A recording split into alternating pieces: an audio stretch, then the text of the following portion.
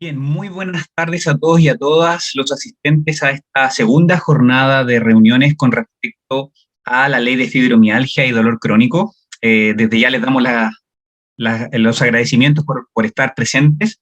El día de hoy vamos a continuar con este ciclo que se compone de 3 bloques, donde en particular vamos a conversar específicamente sobre qué aspectos tienen estas nuevas propuestas, ¿cierto? Desde la teoría a la práctica, es decir, ¿qué nos dice la ley de fibromialgia y dolor crónico no oncológico respecto a la evidencia actual en el tratamiento de los pacientes? Mi nombre es Matías Allendez, yo soy químico farmacéutico, director de la Asociación Chilena para Estudio del Dolor, y me acompaña también como moderadora la doctora Delia Ruiz, quien es la vicepresidenta de la Asociación Chilena para Estudio del Dolor, que es también médico fisiatra. Y hoy vamos a contar con 3 grandes expositores que va a proceder ahora la doctora Ruiz a presentarlos. Hola, buenas tardes, bienvenidos a todos y a todas, como decía Matías, a la continuación de estas jornadas respecto acerca de la ley de fibromialgia y de dolor crónico no oncológico. Vamos a tener 3 expositores. El primero es el doctor César Cárcamo. Él es past president de la ACHED, es médico cirujano de la Universidad de Chile, tiene un magíster en anestesiología de la Pontificia Universidad Católica de Chile, también un magíster en salud pública de la Universidad de Chile, máster en cuidados paliativos de la Universidad de Valladolid, España. Tiene un fellow en intervencionismo en dolor de la FIB en Estados Unidos y es staff de la Unidad de Alivio del Dolor y Cuidados Paliativos del Hospital de Salvador y también como médico interconsultor intervencionista de dolor en la Clínica Dávila, en la Clínica Santa María y en la FAL. El doctor Cárcamo nos va a exponer hoy día acerca de qué nos dice la ley de fibromialgia y dolor crónico no oncológico respecto a la evidencia actual en el tratamiento de los pacientes. A continuación, nos va a exponer el kinesiólogo Elías Hassi. Él es kinesiólogo de la Pontificia Universidad Católica de Chile. Está cursando un diplomado en rehabilitación kinesiológica en personas con dolor persistente y es kinesiólogo del Centro Interdisciplinario del Manejo del Dolor de la Red Salud UCristo. Él nos va a exponer acerca de los desafíos de la ley de fibromialgia y dolor crónico no oncológico en la atención kinesiológica de los pacientes. Y para terminar, la última charla va a exponer la psicóloga María Luisa Reyes. Ella tiene un magíster en psicología de la salud de la Pontificia Universidad Católica de Chile y es psicóloga del Centro Interdisciplinario de Manejo del Dolor de la Red Salud UCristus. Y nos va a exponer acerca de los desafíos de la ley de fibromialgia y dolor crónico no oncológico en la atención psicológica de los pacientes. Entonces, ahora partimos con la primera charla, así que damos la bienvenida al doctor César Cárcamo. Hola, muy buenas tardes. Muchas gracias por la invitación. Si bien el tema es el proyecto de ley de fibromialgia y dolor crónico no oncológico, debo decirles que no voy a hablar de fibromialgia. Ya les voy a explicar por qué.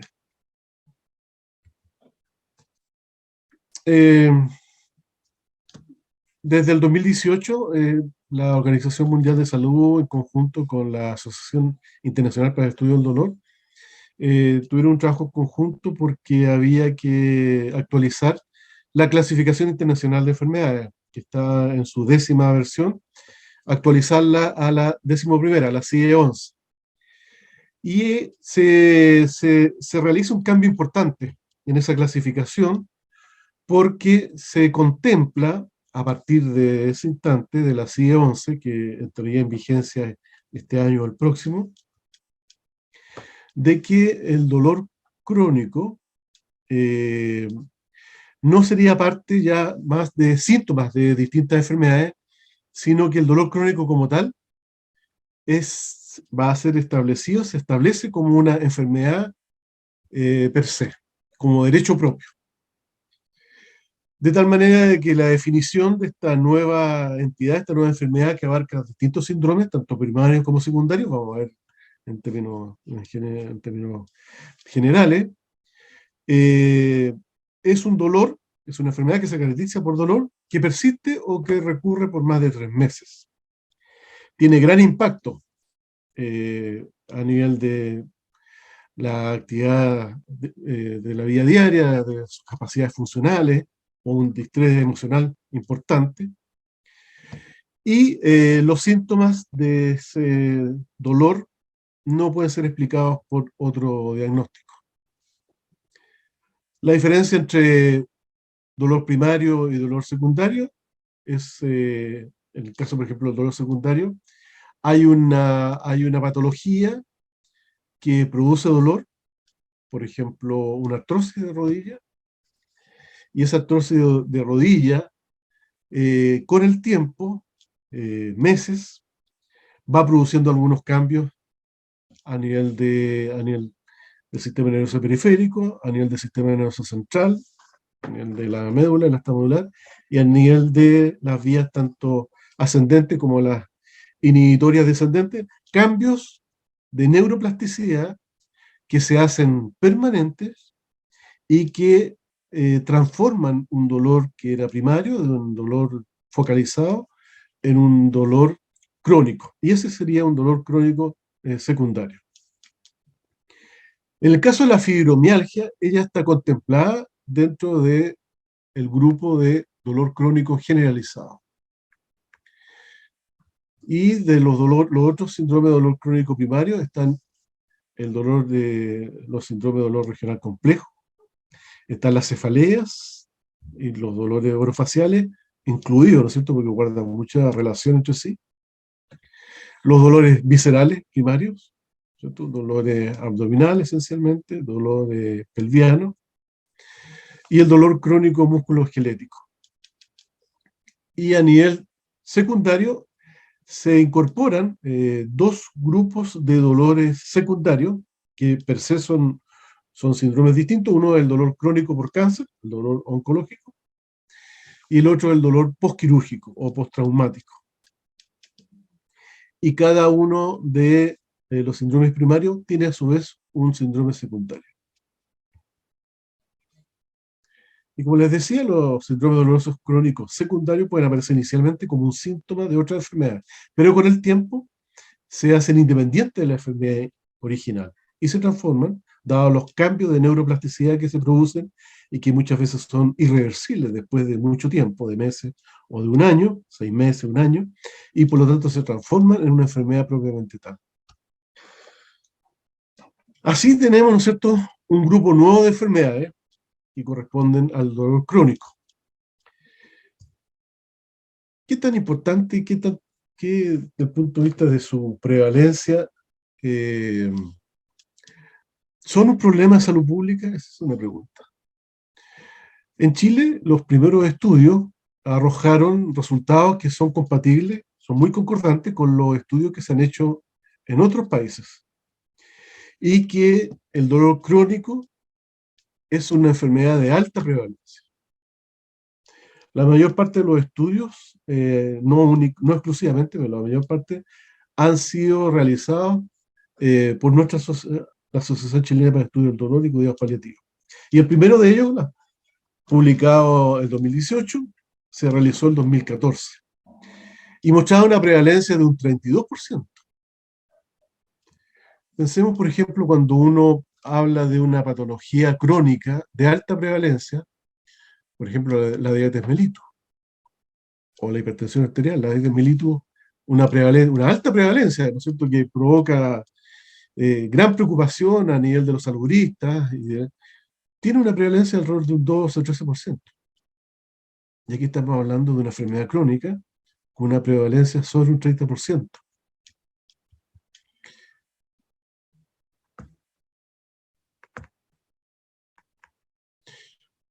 Lo segundo es que, desglosando un poco ese estudio original, vamos a hablar de ese estudio y de la Encuesta Nacional de Salud, que es más reciente, de hace 2 o 3 años atrás, mostraba que es una enfermedad crónica que afecta principalmente a las personas que están en edad productiva. Por lo tanto, tiene un impacto enorme también desde el punto de vista de los costos no sanitarios. Y aquí vemos que entre los 30 y los 65 años, da cuenta, ¿no es cierto?, casi del 80%. De los tipos de dolor según su etiopatogenia, la principal causa de dolor crónico está en el grupo del dolor somático. El dolor neuropático tiene una prevalencia importante, alrededor de un tercio, y el dolor visceral, mi impresión es que tiene una mayor prevalencia. El dolor visceral todavía sigue siendo una entidad poco clara, poco definida, y muy manejada a nivel de grupos de especialistas. Pensemos, por ejemplo, en el dolor crónico pelviano. De las distintas etiologías que arrojó ese estudio, y respecto al desconocimiento de muchos de los síndromes, está el hecho que, por ejemplo, sin diagnóstico, se incorporaron ahí casi el 24%. La mayor proporción está a nivel musculoesquelético con el lumbago crónico y la osteoartritis, y el resto de los diagnósticos. En ese momento, en el 2014, la fibromialgia tenía una prevalencia del 2,6%, una proporción, perdón, de los diagnósticos. A nivel poblacional, en general, está entre un 2 y un 4% a nivel mundial. En nuestro último estudio está sobre el 4%. Y tenemos la percepción de que en este último tiempo la prevalencia de la fibromialgia ha aumentado y está sobre el 5%. Y va a ir aumentando por distintas razones, al igual que los otros síndromes de los respecto al dolor, a la percepción dolor, en esta encuesta, cuando uno evalúa dolor, ¿no es cierto?, de acuerdo a la escala numérica, sobre 4 ya es un dolor moderado, y sobre 7 un dolor severo. Y vemos que gran parte de la prevalencia está entre dolor moderado a severo. Respecto a la utilización de los recursos, el 65%, el 66% confirma haber realizado al menos una consulta médica en alguna de las especialidades de traumatología, médicos generales, reumatólogos, neurólogos y especialistas en dolor. Y los principales fármacos utilizados fueron antiinflamatorios y paracetamol, con terapias no farmacológicas como la quine, infiltración, acupuntura y otras. Y aquí vemos la alta prevalencia del uso de antiinflamatorios, que en general en muchos de estos síndromes no tienen gran impacto. Y aquí lo que ya les mencionaba es que el 80% en ese estudio de los pacientes encontraba que su tratamiento, la respuesta de su tratamiento instaurado era mala o regular. Y de ahí la necesidad, ¿no es cierto?, de que esta enfermedad crónica de alta prevalencia, tenemos un problema tanto en el diagnóstico como en el tratamiento, un tratamiento eficaz, y en el acceso a tener un diagnóstico adecuado. La Encuesta Nacional de Salud del 2016-2017 evaluó los síntomas musculoesqueléticos. Se le pregunta si en la última semana ha tenido dolor de algún tipo musculoesquelético en personas mayores de 15 años. Y la prevalencia, casi un 30%, es un poquito menos, pero muy cercano a la encuesta del 2014. Y la intensidad moderada severa, la prevalencia era de un 26%. O sea, mucho más del 80%, casi un 90% de las personas que referían que en la última semana tenían dolor musculoesquelético, el dolor era moderado a severo, o sea, con un resultado del tratamiento pobre. Sí hubo una diferencia respecto a la encuesta original, porque se desagregó en algunos ítems, y si bien en la original no había grandes diferencias, no alcanzó a ser significativa de la prevalencia, de la mayor prevalencia en mujeres que en hombres, en esta encuesta nacional de salud sí hay una diferencia, donde la prevalencia es mayor que en las mujeres que en los hombres, y que va aumentando con la edad. Pero además, a nivel educacional, hay un factor de riesgo que a menor escolaridad hay mayor prevalencia de los síndromes musculoesqueléticos, y que va disminuyendo en la medida que mejora la escolaridad, lo que habla de la relación, ¿no es cierto?, y la influencia de los determinantes sociales en estos síndromes. Y aquí vemos, ¿no es cierto?, al lado izquierdo, las barras que a medida que la edad va aumentando la prevalencia, de estos síndromes de dolor crónico, en este caso musculoesquelético, y a medida que el nivel educacional disminuye, la prevalencia también aumenta. Nosotros en nuestra Asociación Chilena para Estudios del Dolor y Cuidados Paliativos, la HCP, establecimos a partir de la encuesta realizada en 2014 una alianza con la Universidad Católica y por medio de unos grandes educacionales pudimos realizar distintos estudios. Uno de los primeros era poder conocer, dada la prevalencia que aparecía, digamos, de estos síndromes de dolor crónico, en el caso de los músculos esqueléticos, cuántos eran los costos, tanto sanitarios como los costos no sanitarios. Y así, por ejemplo, aquí en este cuadro se desagrega la forma con la cual se iniciaron los primeros estudios. La última publicación fue este año. Esta es de las primeras publicaciones. Y ahí pudimos, ¿no es cierto?, determinar, poder definir las prevalencias y los costos de las consecuencias sanitarias y las consecuencias no sanitarias, que tienen que ver con los costos económicos. De las consecuencias sanitarias, en general, todos los síndromes de dolor crónico, incluyendo la fibromialgia, presentan, ¿no es cierto?, una consecuencia sobre, ¿no es cierto?, la capacidad funcional de las personas, de poder, ¿no es cierto?, hacer las actividades de la vida diaria, de poder trabajar, de poder tener, ¿no es cierto?, una vida social que tiene que ver con la discapacidad. Y las consecuencias y la asociación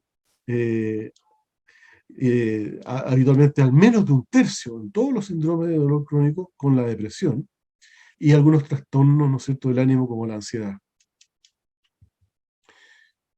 Voy a adelantar un poquito. Entiendo que son 10-15 minutos. Y así, por ejemplo, pudimos hacer un estudio de los costos, cuánto significaba en costos en términos de la atención sanitaria, y ahí se habían definido unas canastas según la severidad del síndrome. Esas canastas incluían, ¿no es cierto?, consultas, algunos fármacos y algunas atenciones, ¿no es cierto?, de rehabilitación, kinesiología y rehabilitación. Y aquí podemos ver, por ejemplo, en el caso de la fibromialgia, por ejemplo, en el caso del síndrome leve, está el valor de la canasta, si es moderada, y en el caso severo, 600.000 pesos. Vean la diferencia en el costo de las canastas entre los distintos síndromes. De ahí, ¿no es cierto?, que del punto de vista de la salud pública, uno debiera ir teniendo, ¿no es cierto?, las estrategias de prevención primaria y secundaria de manera de no poder avanzar, o sea, idealmente que no se desarrolle la enfermedad, pero una vez que se desarrolla, hacer las intervenciones adecuadas, el diagnóstico precoz, el tratamiento eficaz, para no permitir de que la enfermedad avance a un estado severo, porque los costos asociados a mayor severidad de la enfermedad se multiplican varias veces. Y así, por ejemplo, les quiero mostrar de que en el caso de la fibromialgia, los costos sanitarios, de acuerdo a la prevalencia, ¿no es cierto?, que entre otras cosas, en el estudio del 2016 está menos del 2%, un poquito más del 1%, y fíjense, en el 2020 casi el 5%.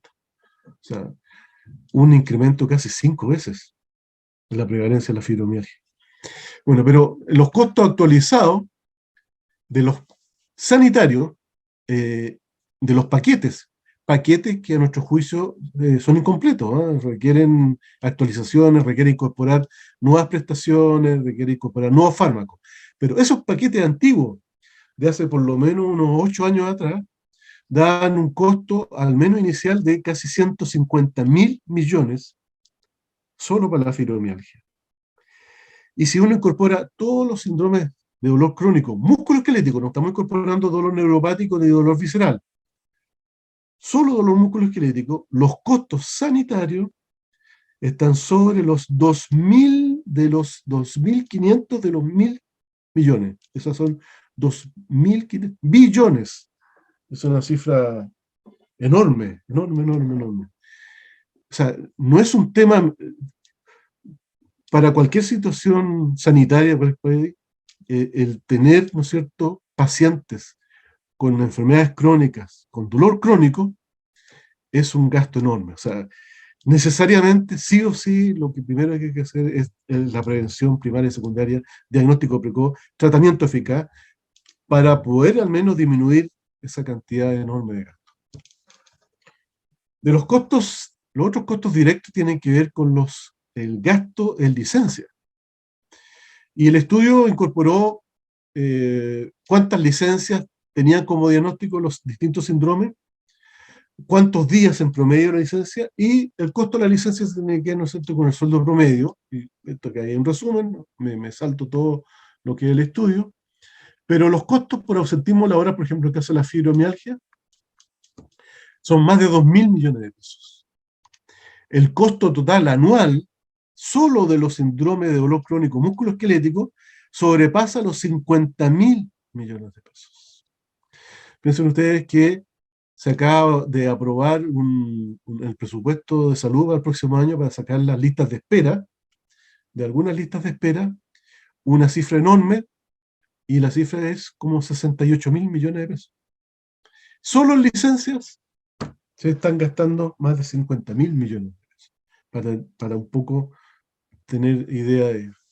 Y de los costos no sanitarios, que tienen que ver con los costos de reemplazo por la ausencia. O sea, las personas que dejan de trabajar tienen que ser reemplazadas. Y ese costo del reemplazo es un cálculo muy parecido al costo de la licencia. Da cuenta de una cifra de casi 80.000 millones de pesos. Y aquí vemos, ¿no es cierto?, desagregados los distintos costos que tienen que ver tanto por la discapacidad, por la depresión, los costos de ausentismo laboral y los costos de productividad.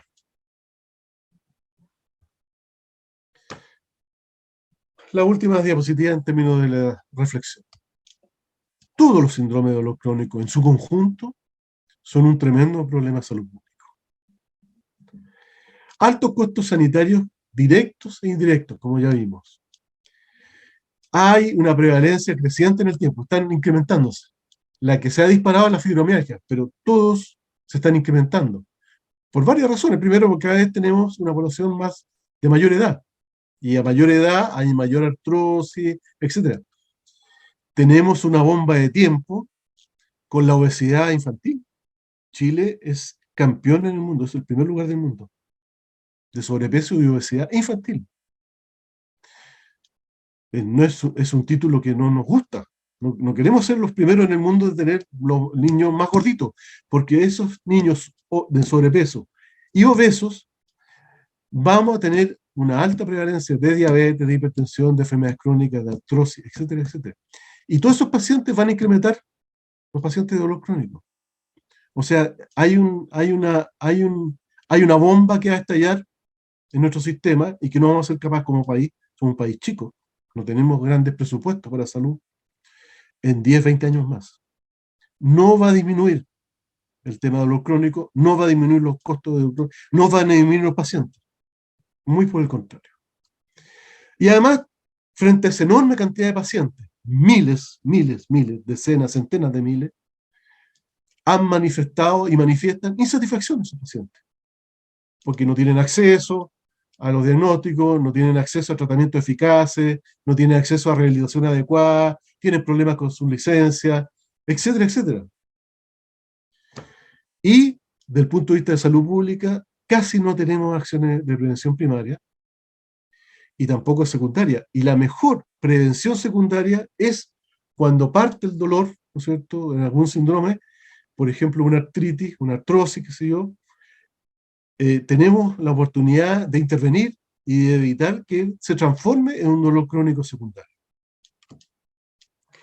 Bueno, la fibromialgia es uno de los síndromes que forma parte de este conjunto de problemas que son los síndromes de dolor crónico no oncológico. No es el más importante, pero sí es importante por el crecimiento y por la angustia, ¿no es cierto?, que provoca y la desesperación que provoca a los pacientes. Pero aquí hay que mirar el conjunto. La ley, el proyecto de ley originalmente se llamaba de dolor crónico no oncológico y fibromialgia, y en el Senado lo cambiaron, le pusieron fibromialgia y dolor crónico. Da lo mismo el nombre. A mí no me preocupa el nombre. Sí, lo que me interesa es que el proyecto aborde al dolor, a todos los síndromes de dolor crónico oncológico, que lo aborde como un todo. No sea una ley para un proyecto, para una enfermedad específica. Como ven, aquí hay un problema que es mucho más grande. ¿Por qué? Porque además la fibromialgia presenta los mismos problemas de diagnóstico, tratamiento, rehabilitación que todas las otras enfermedades de dolor crónico. Y creo que sí, este proyecto de ley es una tremenda oportunidad para avanzar en mejor diagnóstico, acceso, tratamiento y rehabilitación. Y cobertura financiera para todas las enfermedades de dolor crónico. ¿Podrían haber estado en el GES? Sí, pero ya no están. Y ya se incorporaron las últimas 2 patologías y hasta 3 años más no hay revisión. Ahora, es muy probable que no vayan a entrar nunca, o nunca vayan a entrar dolor crónico no oncológico en el GES, entre otras cosas porque no hay mortalidad asociada, aunque tenga una alta prevalencia. Y mi sugerencia de una indicación, si es que hay tiempo, es que en el articulado, en el artículo 8, se incorpore esta glosa en que las universidades, centros de formación técnica e institutos profesionales que impartan carreras en el área de la salud deberán incorporar contenidos sobre dolor crónico no oncológico, es decir, cerrar la brecha en términos de lo que es el conocimiento de esta enfermedad en todo lo que es educación de pregrado en las carreras de la salud. Eso, muchas gracias por la invitación. Muchas gracias, doctor Cárcamo, por esa presentación con datos bastante duros, ¿verdad? Donde nos da luces de qué consecuencias puede tener esta patología a largo plazo, sobre todo, ¿verdad? La alta prevalencia, los gastos que hoy en día se implican en cuanto a licencias médicas, que sin duda va a ser un tema muy, muy importante a nivel de presupuesto. Así que nuevamente, muchas gracias por la presentación. Aprovecho también de comunicarle a todos los asistentes que las preguntas las vamos a resolver al final de las 3 presentaciones, y si no alcanzamos vamos a tener una tercera jornada el próximo martes. También las presentaciones van a quedar disponibles en nuestro canal de YouTube de ChatCPRE, así que pierdan cuidado con ello. Bien, ahora vamos a continuar con la presentación de Elías Hassi. Hola, muy buenas tardes. ¿Se escucha y se ve bien? Se escucha y se ve bien, Elías. Bien, perfecto. Primero que todo, muchas gracias por la invitación. Mi nombre es Elías, soy kinesiólogo de la Pontificia Universidad Católica de Chile, y hoy voy a hablar sobre los desafíos de la ley de la fibromialgia y dolor crónico no oncológico en la atención kinesiológica de los pacientes.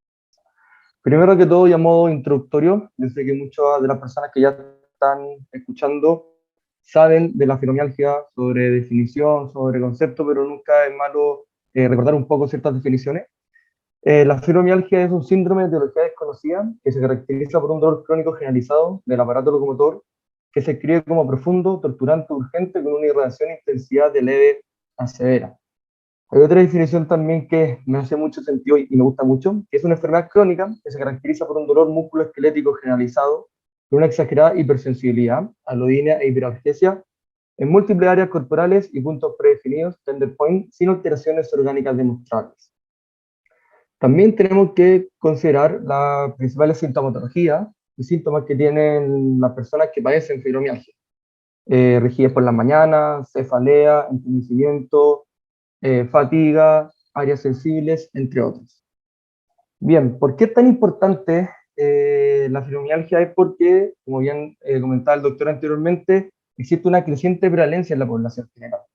A nivel mundial existen datos entre 2, 5, 6% de la población general que padece fibromialgia. Este porcentaje va a variar dependiendo de 3 factores. Uno del país, si es un país desarrollado, subdesarrollado o en vías de desarrollo, en la cantidad de estudios y artículos que tiene esa localidad, y principalmente también por el diagnóstico. Actualmente va muy de la mano el diagnóstico clínico en esta patología, entonces también va a ser muy importante el diagnóstico diferencial. En Chile todavía no hay datos publicados, pero sí hay un artículo en vías de publicación de dolor crónico de la doctora Durán, que se estima que hay una prevalencia de 2,8% en Chile de pacientes con fibromialgia. Entonces tenemos que considerar de que estamos frente a una pandemia silenciosa, ya que a medida que va pasando el tiempo va aumentando este porcentaje y todavía no hay una solución, todavía no hay capacidad y todavía no hay respuesta frente a esta gran problemática. ¿Cuáles son las diferentes consecuencias? Bueno, fatiga, trastornos del sueño, problema emocional y cognitivo. Entre ellos podría haberse el estrés, la ansiedad, problemas de memoria y de concentración, limitaciones en la actividad y en el trabajo. En la mayoría de estos pacientes van a tener problemas y limitaciones funcionales, por los cuales no van a poder hacer actividad física, no van a poder realizar hobbies deportivos y también van a tener alteraciones en el trabajo. Es decir, van a estar con bastante licencia laboral. Y también problemas sociales. Estas personas tienen un aislamiento social que se ven afectados normalmente a lo largo de todo el proceso de su enfermedad, que conlleva alteraciones familiares y sociales. Bien, esta enfermedad, esta patología, esta condición tiene un impacto en la calidad de vida de todas las personas que la padecen, ¿sí? Los costos económicos son muy masivos según todo el tratamiento y sobre todo la ausencia laboral, como ya hemos estado conversando y escuchando también en la presentación pasada, y también sumados los costos sociales que anteriormente mencioné, vemos una calidad de vida alterada, defectuosa, ¿sí? No íntegra, que van a padecer todas estas personas.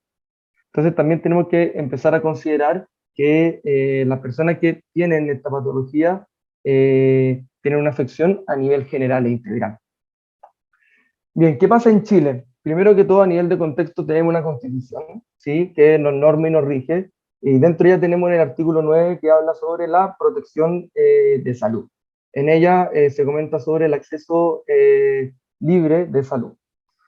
El 2005, ¿sí? Se desarrolla el AUGE, donde garantizan el acceso a 85 problemas de salud con una alta prevalencia a nivel local, en las cuales no se considera la patología de la fibromialgia.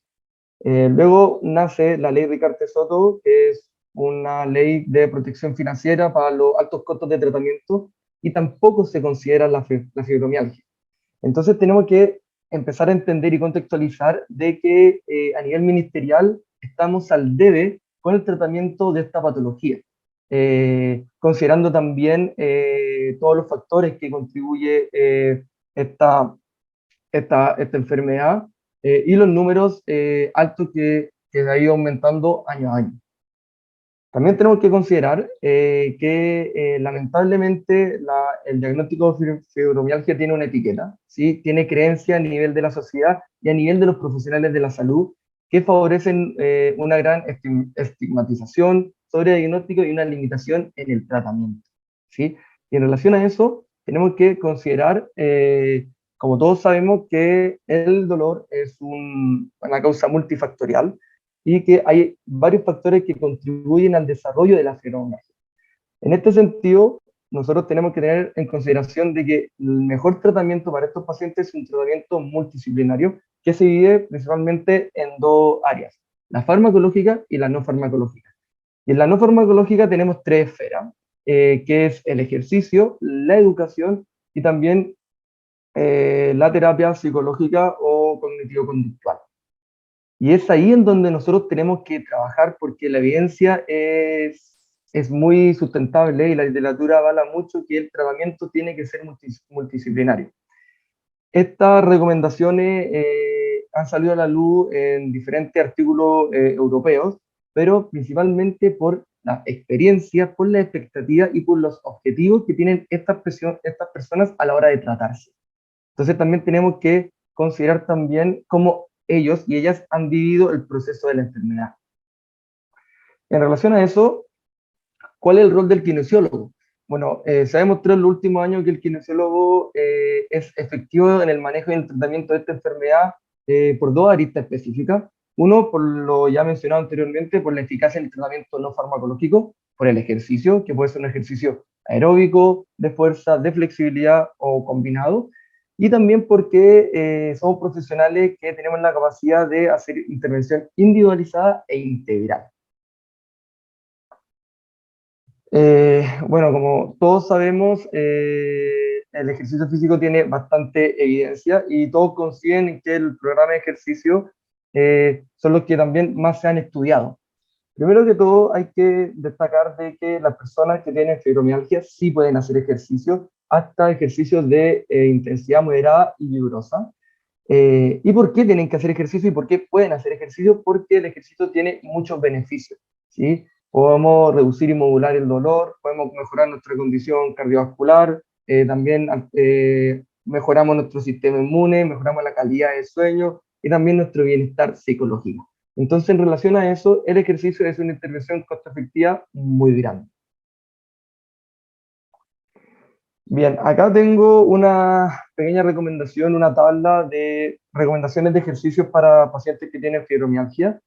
Una prescripción bien ordenada, pero más allá del porcentaje, más allá de la intensidad, del número, me gustaría que se queden con otras cosas que siento que a mí en la práctica me han servido mucho frente a estos pacientes.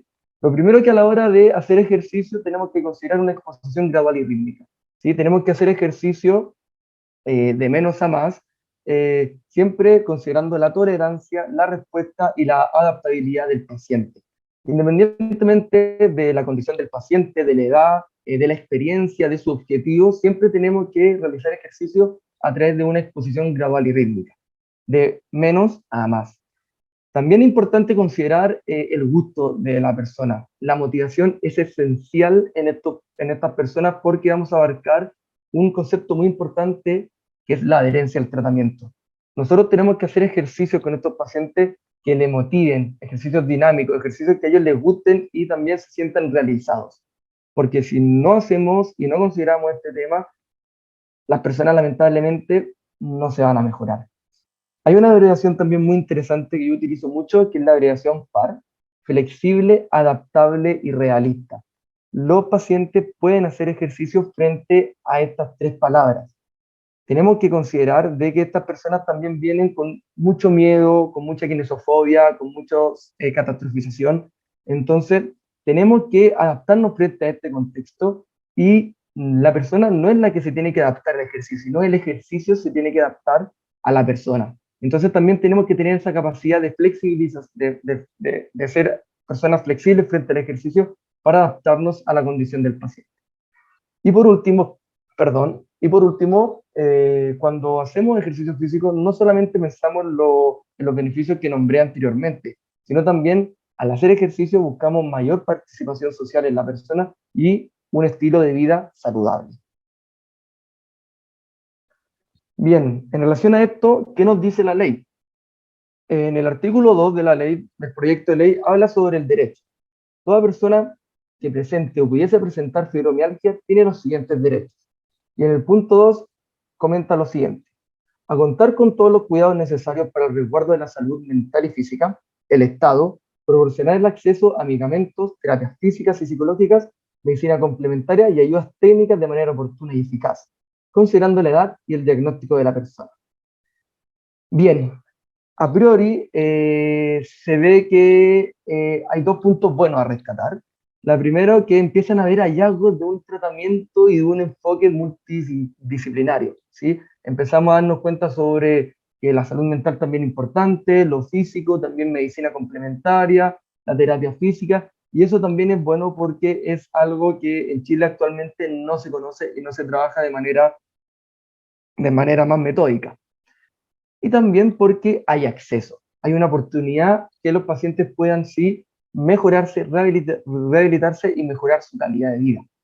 Sin embargo, encuentro personalmente que el marco teórico es muy amplio, ¿sí? No hay una mayor descripción frente a la implementación y no se sustenta bien quién realmente se hará cargo de esta terapia física. En relación a esto, quise dividir tres sugerencias que podrían funcionar a la hora de implementarse y desarrollar este proyecto de ley. El primero es la continuidad de tratamiento. En ningún artículo se habla sobre la continuidad del tratamiento. ¿Qué pasa si es que a una persona no le funciona el tratamiento? ¿Qué pasa con las personas que tienen que tener continuidad esporádica, control? ¿Qué pasa con la persona que va a ir un poco más lenta? ¿Sí? Si sabemos que la fibromialgia es una enfermedad muy compleja, muy multifactorial, entonces es un trabajo continuo, lento y muy diario. Entonces, Claro, yo creo que es importante siempre destacar la continuidad en el tratamiento. También algo muy importante que también se mencionó en la presentación pasada es en relación a la prevención y el diagnóstico precoz. Los números aumentan, aumentan, aumentan y también el tratamiento no da abasto. Entonces tenemos que empezar a no preocuparnos del resultado, sino de prevenir también que pasen estas situaciones en donde la prevalencia va aumentando paso a paso. Yo creo que también el kinesiólogo tiene un rol fundamental y primordial en la prevalencia y en el diagnóstico precoz de esta patología. Finalmente, siento que en el proyecto de ley no se fundamenta bien la implementación, no se comenta bien el número de sesiones, qué tipo de estrategia, cuánto va a durar la sesión, qué kinesiólogo, qué se va a trabajar en la sesión. Y esto también creo que puede verse un poco alterado a la hora de llevarlo a la práctica, ¿sí? Entonces hay que tener mucha atención en relación a la redacción y en relación al marco teórico. Bien, para ir ya terminando, me gustaría también mencionar qué es lo que nosotros hacemos como equipo de kinesiología en el equipo de dolor de la UC, en el programa de dolor crónico no oncológico. Primero que todo, nosotros no realizamos kinesiología convencional porque como ya vimos, estas personas no necesitan una kinesiología convencional traumatológica, sino necesitan un tratamiento mucho más integral que abarque también las atenciones de la psicóloga, que también abarque las atenciones de una nutricionista, que también abarque las atenciones esporádicas también de los doctores como anestesiólogos o médicos familiares.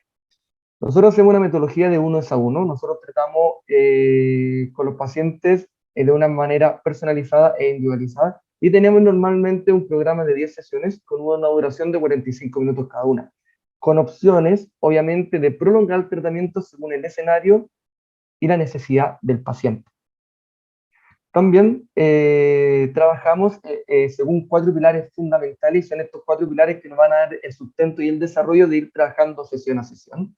Primero es la educación en dolor, el ejercicio físico, la actividad, el manejo del sueño y la calidad del sueño y la gestión del estrés y la ansiedad. Bien, para ya terminar como conclusión, quiero comentar 4 puntos importantes. El primero que la fibromialgia es una enfermedad de gran impacto a nivel económico y social. Es necesario un abordaje multidisciplinario y personalizado por profesionales de la salud capacitados. El ejercicio físico tiene un rol fundamental y el proyecto de ley no menciona de manera detallada el abordaje que requieren las personas que padecen fibromialgia. Eso sería todo. Muchas gracias.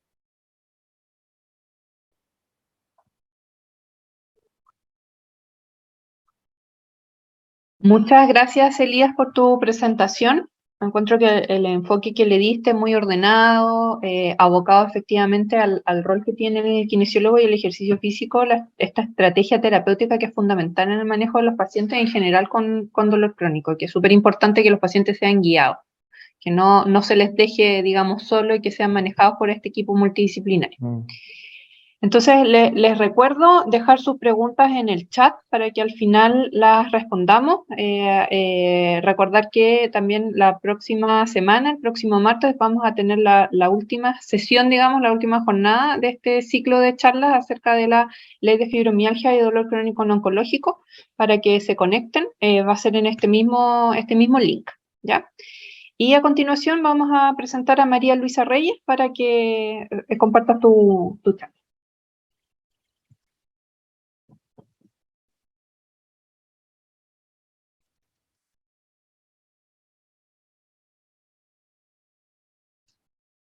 Perfecto. Se ve ahí, ¿verdad? Sí, todo bien. Súper. Bueno, tomándome un poco de las presentaciones que ya se han hecho, hoy día yo les quiero hablar un poco acerca de cómo pensamos esta teoría, bajarla a la práctica y los principales desafíos que identificamos, no solamente desde el punto de vista médico y kinesiológico, sino que también qué tenemos que decir los psicólogos al respecto desde nuestra área de trabajo, qué es lo que en general hacemos, les voy a comentar un poquito, y también cuáles son las principales reflexiones y desafíos que también resuenan cuando hablamos acerca de una ley y lo que pretende en el fondo también generar como impacto en nuestra sociedad. En ese sentido, primero, ¿Qué es lo que nos dice la ley si lo tomamos en términos resumidos? Primero, abordamos una definición, ¿no? Decimos qué es lo que estamos entendiendo hoy en día por dolor crónico no oncológico, entendiendo los factores sensoriales, emocionales, cognitivos y sociales que están ahí involucrados. ¿Cuáles son aquellos derechos que queremos garantizar para nuestros pacientes? ¿Y qué es lo que debe hacer la autoridad, en el fondo, como garante de los mismos? Entonces me gustaría abordar en estos tres elementos quizá algunas consideraciones que me parece que son importantes. En primer lugar, los principales desafíos que tenemos son en el fondo, que los vamos a desarrollar un poco más adelante, la educación en dolor, en ese sentido, en consecuencia, la usada en la práctica en el trabajo con el paciente, y las intervenciones basadas en evidencia también que queremos realizar en consecuencia, ¿no? Primero, hablando acerca de las intervenciones basadas en evidencia, sabemos que el abordaje ideal siempre va a ser en un equipo multidisciplinario, incluso, idealmente, interdisciplinario, que se hace trabajo, ¿no? Y aquí podemos abordar distintas especialidades que trabajamos en conjunto. Pero sabemos que en el fondo no siempre podemos contar con un equipo interdisciplinario. En ese sentido, el rol de un psicólogo dentro del equipo, o un psicólogo que trabaja con los pacientes con dolor, tiene que ver primero con la adherencia a los medicamentos, ¿no? ¿Qué es lo que esperamos? ¿Cuáles son las expectativas? Entender las limitaciones que tiene este abordaje, por lo importante que es también incorporarlo dentro de lo que implica el manejo de un fenómeno así de complejo. Trabajamos en relación al manejo del dolor propiamente tal. ¿Cuáles son aquellas estrategias no farmacológicas que podemos incorporar también en la cotidianidad y que nos ayudan a que esto sea una experiencia, si bien desagradable, al menos más llevadera? Trabajamos en relación al sufrimiento emocional, ¿no? Todo el impacto que tiene, lo que ya mencionábamos anteriormente en términos de interferencia en las actividades de la vida diaria y aquellas situaciones que son significativas para el paciente y su contexto. La adherencia al tratamiento, entendiendo que, como mencionaba anteriormente Elías, es importante entender el tratamiento como algo interdisciplinario, algo que aborda no solamente los fármacos, sino que también la actividad física y otras indicaciones que puedan también sumarse en el abordaje del paciente. Y también, por último, pero no menos importante, el duelo asociado también a esta vivencia, ¿no? ¿Quién era yo antes? ¿Cuál es la percepción que tengo de mí mismo hoy en día, con las limitaciones que tengo, con las potencialidades conservadas también? Y en ese sentido sabemos que, si lo miramos desde el punto de vista teórico para poder sustentar todo lo anteriormente mencionado, sabemos que la terapia cognitivo-conductual es como un poco el estándar en base al cual funcionamos, ¿no? Es algo que está reconocido a nivel internacional. Y básicamente, ¿de qué se trata la terapia cognitivo-conductual? Un poco del abordaje de las emociones, los pensamientos, las conductas y las relaciones interpersonales, ¿no? Cómo ellas confluyen, cómo ellas configuran finalmente la experiencia personal, un poco incorporando también lo que son los elementos privados, que son las cogniciones, los pensamientos y las percepciones, en conjunto con el abordaje netamente conductual que anteriormente se hacía, pero sobre todo considerando también las relaciones interpersonales como un elemento importante. Si es que estamos abordando el dolor como un fenómeno complejo, tenemos que también considerar todos estos elementos en el abordaje, y eso, como decíamos también, parte de esta como visión teórica en el fondo. Ahora, en Chile, lamentablemente, no tenemos muchos estudios que estén validados para nuestra población, ¿no? El único estudio que actualmente está en proceso, que todavía no tiene resultados publicados en el fondo, se está realizando específicamente en fibromialgia, una terapia cognitivo-conductual que se llama activación conductual, y que se está trabajando actualmente, pero en el fondo todavía tenemos ese vacío de conocimiento o vacío teórico, en el fondo, desde el cual nos paramos para el abordaje adecuado de estos pacientes.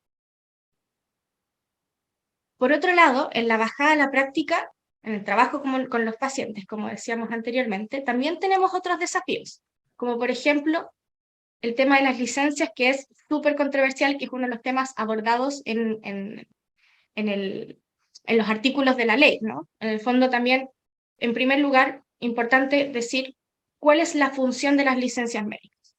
Las licencias médicas son aquellos permisos, entre comillas, que uno se toma, en el fondo, para generar un estado de reposo de las actividades laborales, cosa de que uno pueda no solamente generar un estado de reposo, sino que también abocarse al tratamiento, en el fondo.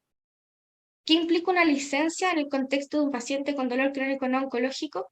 No solamente el reposo, sino que necesitamos un reposo que no sea pasivo, sino que activo. En el fondo necesitamos un trabajo en su condición actual, cosa de poder generar recursos, generar estrategias que a uno lo permitan finalmente reintegrarse o refuncionalizarse, ¿no? No queremos que el paciente vuelva necesariamente a su estado actual, porque sabemos que hay cambios en la forma de vivir la vida, de enfrentar la dificultad y de experimentar el mundo en el fondo. Queremos que este paciente, con toda la configuración nueva de recursos que tiene, pueda volver a realizar aquellas cosas que para sí mismo es importante, ¿no? ¿Y cuáles serían los pros y los contras en ese sentido? Licencias médicas que no sean rechazadas, pero que en el fondo no tengan un tratamiento adecuado a la base, basado en evidencia, con el abordaje de los distintos factores que ahora entendemos que están involucrados en la experiencia de dolor, en el fondo no tiene mucho sentido. Asimismo, la educación es un tema súper importante. El mismo día de ayer fue el Día Internacional del Dolor. Lo conmemoramos y vieron distintos tipos de como iniciativas para, de cierta manera, difundir un poco este conocimiento, ¿no? Tomar conciencia, entender a qué se refiere, cuál es la prevalencia que hay hoy en día, entender que es algo mucho más común de lo que en realidad pensamos. Una sociedad muy puesta en el bienestar y súper evitadora en general del malestar. No sabemos mucho cómo abordarlo, pero en el fondo es súper prevalente, ¿no? Y en ese sentido entendemos que los determinantes sociales en salud son un elemento muy importante. Si recordamos un poco el triángulo anterior respecto a las relaciones interpersonales como un elemento importante, si entendemos que los determinantes sociales en salud son aquellas condiciones en las que las personas se desenvuelven y configuran las condiciones de la vida diaria y que van a tener un efecto en su continuo salud-enfermedad, cabe pensar entonces también en su entorno inmediato, su red de apoyo, como un elemento muy importante a considerar. Dentro del entorno inmediato nos consideramos todos en el fondo. Todos como sociedad, como finalmente también aportamos en la recuperación también y en la reinserción social de todos los pacientes y todas las personas en el fondo que también padecen algún tipo de dolor y que se prolonga en el tiempo. Los principales desafíos en ese sentido tienen que ver no solamente con la educación en dolor en términos de qué es lo que estamos entendiendo, sino que también cuál es el impacto que tiene, como lo hemos mencionado anteriormente, cuál es el abordaje ideal en el fondo.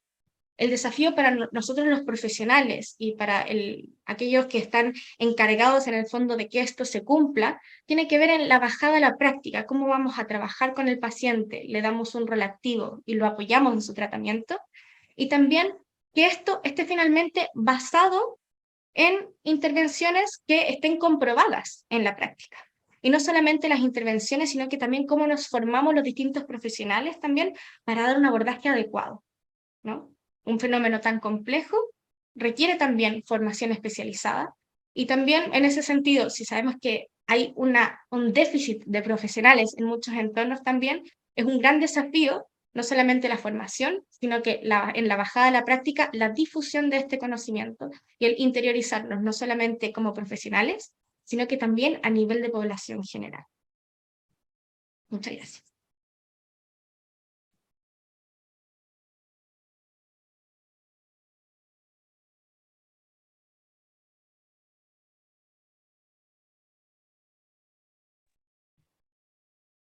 Muchas gracias, María Luisa.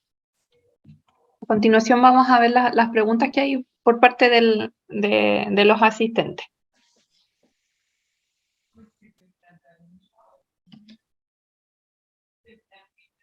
No sé si hay alguna ahí, Matías. A ver, vamos a revisar. No tenemos tantas desde la audiencia, probablemente están muy claras las presentaciones. Igual, bueno, nuevamente agradecerle a los expositores las presentaciones, la verdad es que han sido bastante atingentes desde el punto de vista de evaluar efectivamente cuando uno propone un proyecto de ley, todas las aristas que hay que tener en consecuencia, y no tan solo, ¿cierto?, una medida, entre comillas, de salud pública, pero que si no tiene sustento desde el punto de vista de lo económico, de los equipos, claridad, como decía Elías, de cómo se va a hacer el trabajo, la verdad es que deja bastante, más que certezas, deja dudas. Y en ese contexto, yo quería como comentar un poco en relación a Elías, que yo creo que tocó dos puntos súper importantes, al menos desde mi punto de vista, que es cuando habla de la continuidad. Yo creo que muchas veces tenemos, al menos en los hospitales secundarios o en centros especializados de dolor, ¿cierto?, que uno puede, entre comillas, captar a la persona con dolor crónico o fibromialgia, que además viene con un tiempo de diagnóstico o un tiempo de falta de diagnóstico muy alto, ¿cierto? 5 años o más, viene bastante deteriorada desde el punto de vista biopsicosocial. Se logra, entre comillas, ir rehabilitando, ir aumentando su funcionalidad, pero eso no es infinito, por lo tanto, en algún minuto hay que dar el alta y hay que seguir, ¿cierto?, la continuidad, ya sea de forma autónoma, como, ojalá, ¿verdad?, dependiendo de su condición de salud, la atención primaria. Y en ese contexto ahí, ¿qué nos puede comentar un poco Elías, desde cómo ha sido la experiencia de él, cómo también ve el trabajo de los kinesiólogos de los equipos más especializados con respecto a la atención primaria? Bien, muchas gracias por la pregunta. Bueno, bien interesante ese tema porque la verdad es que no hay una definición, no hay una norma, no hay una pauta que explique en cuántas sesiones va a estar bien una paciente, una persona, ni cómo también se tiene que trabajar la continuidad. Y en eso también es súper interesante destacar de que no existe una receta, ¿sí? Acá con estos pacientes no se puede trabajar de una manera más protocolar porque todos los pacientes y las personas son un mundo diferente, que tienen historias detrás que uno tiene que ir desarrollando durante las sesiones. Sin embargo, en base a mi experiencia, claro, normalmente me he manejado con cierto número de sesiones, normalmente 10, pero también con muchas personas un poco más, y siempre como que es como más o menos como un trabajo en paralelo en relación como a empezar a realizar su actividad de la vida diaria, empezar a introducirse en su mundo laboral, empezarse a trabajar un poco de manera más autónoma, y también por eso también la educación es muy importante, y ir de a poco como extrapolando un poco como las sesiones de kinesiología. Normalmente yo trabajo con los pacientes una vez a la semana por dos razones. Uno, porque no me gusta que las personas sean dependientes del kinesiólogo, y también porque las personas tienen que trabajar en su casa de manera más personal con su familia. Entonces, tampoco hay como una intención en relación a la rehabilitación kinesiológica, y después de eso uno puede verse normalmente una vez al mes o cada 15 días hasta ya dar como el alta definitiva. Perfecto, muchas gracias por tu comentario, Elías. Ahí salió una pregunta, dicen, ¿de qué manera afecta la psicopatología al afrontamiento de la fibromialgia para María Luisa? Hay una alta comorbilidad entre trastornos más depresivos y ansiosos con la fibromialgia, es algo que está bastante estudiado en relación a cómo hay un aumento en general en esto y una disminución en la calidad de vida. De por sí el estigma de salud mental es bastante grande en Chile, y si a eso le sumamos más encima el estigma que hay en relación al dolor y el desconocimiento de cómo ambos factores están involucrados, es muy importante.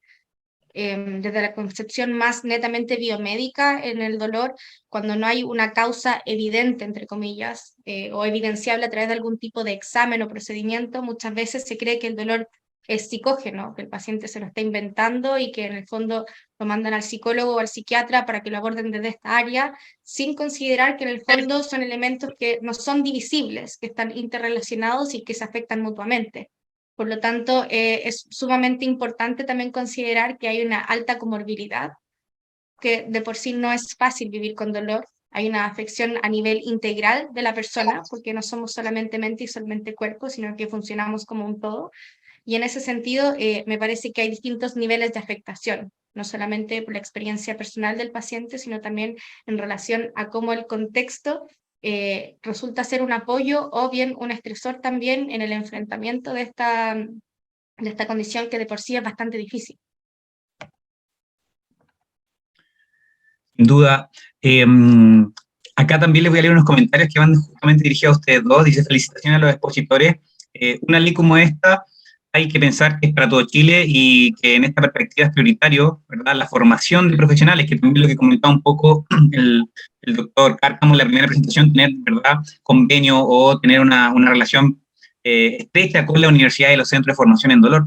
También comenta el doctor Carlos Aguayos, que es el presidente también de la Asociación Chilena para Estudios del Dolor, que le parece que no es necesario que incluya manejo técnico, como dice Elías, respecto al número de sesiones o tipo de ejercicio, que es un poco lo que comentaba Elías, que es importante detallar, ¿cierto? Muchas veces quedan los marcos muy más generales. También Pamela nos comenta: muchas gracias a las presentaciones, en especial a la psicóloga María Luisa Reyes.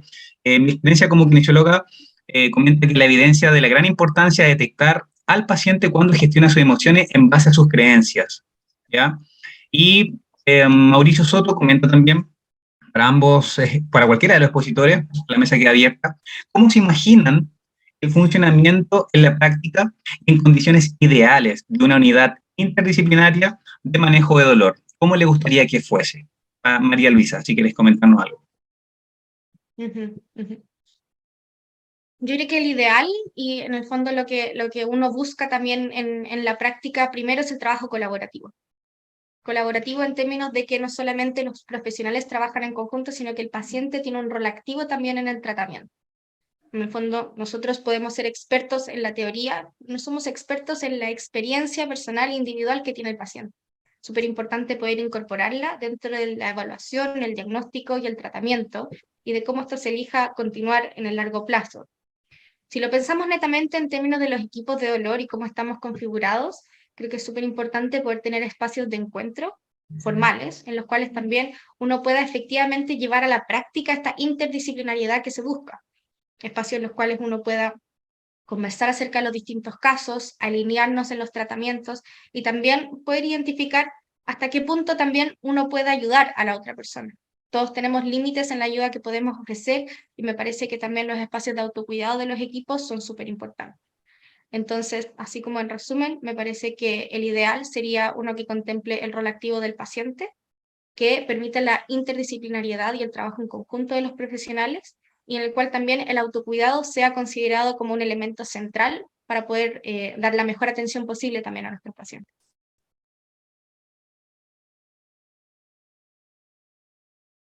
No sé si tú quieres complementar algo, quizás, Elías. ¿Quieres complementar?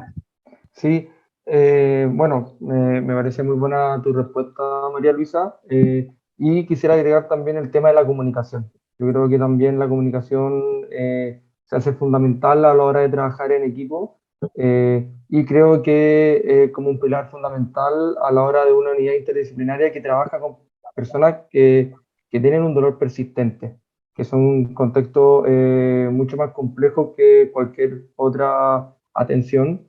Y ahí la comunicación, la empatía también se hace fundamental para tener una alianza terapéutica con el paciente y también con el otro tratante. Perfecto. Bien, preguntan ahí también a María Paz Fariña si esta ley es mandatada para el servicio público o también incluye la parte privada, las ISAPRES. Tengo entendido de que es tanto para el servicio público como privado, pero no estoy 100% seguro. Creo que todavía no está definido en el proyecto de ley ese anexo. Sí, efectivamente, aún todavía no está definido. Obviamente siempre como que la ley va más enfocada a la parte pública, pero claramente las ISAPRES también debieran tener cobertura para todos los pacientes. Bien, darle las gracias a los expositores. Lamentablemente el doctor Cárcamo no se pudo conectar ahora, pero va a estar en la última charla, que es el otro martes, donde invitamos a ustedes también, a Elías y María Luisa, para que también se conecten, porque vamos a hacer una mesa redonda al final de las charlas. Así que agradecerles a todos ustedes por su asistencia, y acá les dejamos con Matías porque nos va a presentar lo que vamos a exponer el próximo martes. Sí, así que sumado a lo que dice Delia, sumado a los comentarios de todos y agradecerle a nombre de Hachet, a los tremendos expositores el día de hoy. Estas 3 jornadas finalizan el próximo martes 25, a la misma hora, en el mismo canal. En esta ocasión vamos a tener a Jorge León Farfán, que es químico farmacéutico de la Universidad de Concepción, en el cual va a hablar un tema bastante importante, ¿verdad? Y bastante duro, que es con respecto a la futura ley de dolor crónico fibromialgia. ¿Cuánto nos puede costar? Es un poco, ¿verdad?, esas luces que nos dio el doctor Cárcamo en la primera presentación.